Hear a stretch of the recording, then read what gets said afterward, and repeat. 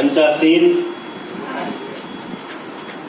प्रदेश ही नहीं अभी तो देश की शिक्षक राजनीति के पितामह, हम सबके अभिभावक, इस उत्तर प्रदेशीय प्राथमिक शिक्षक संघ के पूर्व अध्यक्ष और संरक्षक आदरणीय श्री अभिमन्यु प्रसाद त्रिपाठी जी, संगठन के प्रदेश अध्यक्ष आदरणीय श्री सुशील कुमार पांडे जी। भाव है, आप सबको उचित लगे तो उस पर विचार करिएगा।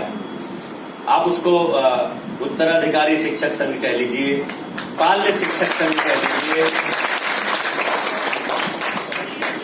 आचार्य बाल्य शिक्षक संघ कह लीजिए, गुरु पुत्र शिक्षक संघ कह लीजिए, लेकिन मेरी हाथ जोड़कर विनती है कि मृतक आश्रित शिक्षक संघ मत कहिए।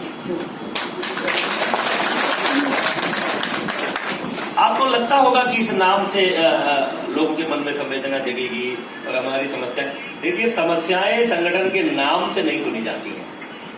समस्याएं संगठन में जो पदाधिकारी काम करते हैं उनकी परिश्रम से, उनके संघर्ष से और समस्याओं की गुणवत्ता से सुनी जाती हैं। नाम आकर्षक होगा तो उससे सुनी जाए। जब भी मेरे सामने कोई पत्र आता है या वो आते हैं तो मुझे कष्ट होता है और उसी वहीं से मैं अपनी बात शुरू करना चाह रहा हूं। अभी आदरणीय तिवारी जी कह रहे थे कि साल भर से परेशान हैं, कई अधिकारियों के यहाँ चक्कर लगाए, लेकिन यह भी वो ईमानदारी से स्वीकार करेंगे इस बारे में पहल मैंने किसी की मांग पर नहीं की थी।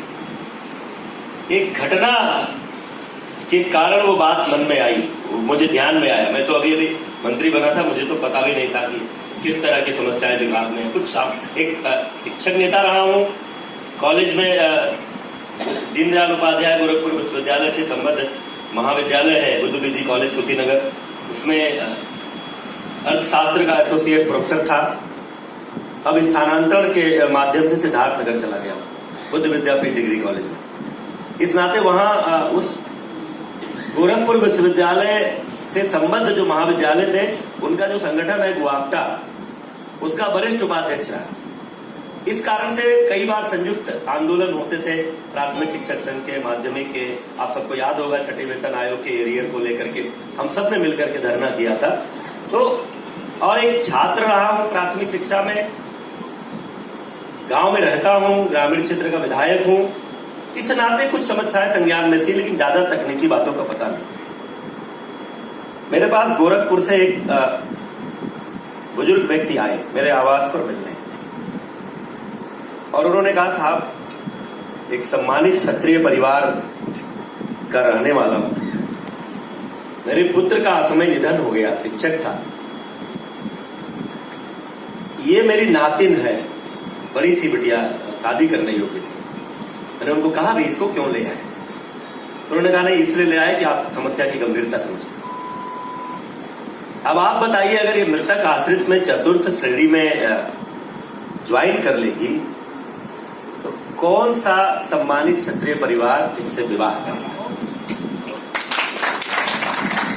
तिवारी जी ने संघर्ष किया होगा इसके लिए, अभी भी कर रहे हैं, मैं उनका सम्मान करता हूं, लेकिन मैं सच बता रहा हूं आपको, वही दिन था जिस दिन मैं द्रवित हो गया और मुझे लगा कि ये तो बड़ी जेन्युइन समस्या है, आज तक ये कैसे नहीं हुई। और अगले ही दिन मैंने विभाग की अपर मुख्य सचिव और सभी अधिकारियों को अपने चैम्बर में बुलाया और हमने कहा कि आप ये सुनिश्चित करिए कि उन्होंने ही बताया कि अन्य विभागों में ये होता है, अधिसंघ के पद पर क्लास 3 में नियुक्ति होती है।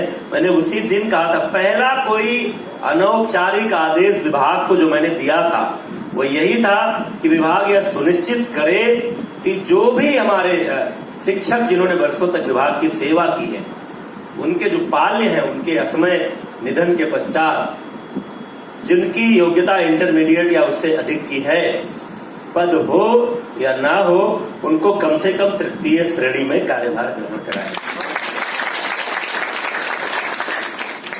अब उसमें अति उत्साह में मैंने एक बात और जोड़ दी, जो विभाग के लोग ठीक से समझ नहीं पाए थे, दोनों फाइल एक साथ चला दी।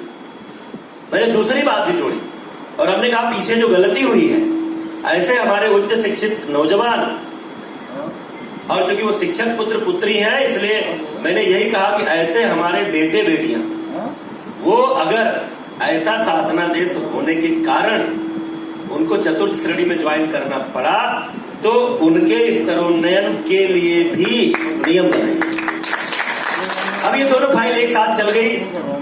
कार्मिक विभाग ने उस पर आपत्ति कर दी कि साहब एक बार जिसकी मृतक आश्रित में नियुक्ति हो चुकी उसको दोबारा हम उसका अपग्रेडेशन नहीं कर सकते, 2 बार लाभ नहीं दे सकते। ये मामला इस कारण काफी दिनों तक लंबित रह गया और तमाम सवाल जवाब कार्मिक विभाग, वित्त विभाग, न्याय विभाग के बीच होते रहे। फिर बाद में हमने बीच में तिवारी जी भी अपने स्तर से प्रयास करते रहे, इनसे हमारी भी मुलाकातें होती रही। हमने फिर कहा दोनों फाइलों को अलग करिए। ठीक है, जो पहले वाले हैं उनकी समस्या बाद में देखेंगे क्योंकि वो तो ज्वाइन कर चुके हैं, उनकी रोजी रोटी का इंतजाम हो चुका है।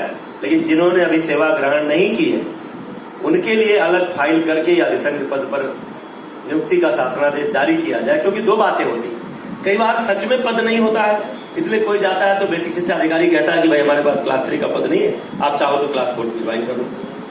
और कई बार पद होता भी है तो कुछ अधिकारी बदमाशी करते हैं और वो अपने निहित स्वार्थों के कारण या किसी गलत उद्देश्य के कारण या कोई धन मिलेगा इस प्रत्याशा में छिपाते भी हैं। तो जब ऐसा कोई शासनादेश हो जाएगा तो फिर किसी का कोई शोषण नहीं होगा, कोई छिपा नहीं सकता। और आज का अपडेट बता रहा हूं, मैं जब जानता था आपके कार्यक्रम में आ रहा हूं तो ये बातें होंगी। कल मैंने सारे अधिकारियों को बुलाया था और ईश्वर की कृपा रही तो फरवरी महीना पार नहीं जाएगा आपका वो शासनादेश आपके हाथ।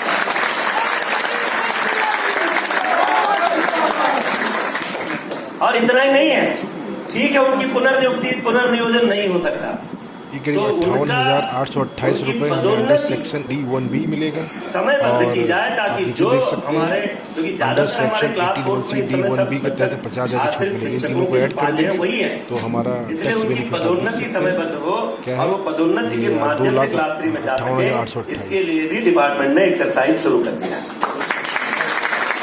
बहुत सारे मामलों में कोई नियमावली आज तक नहीं थी।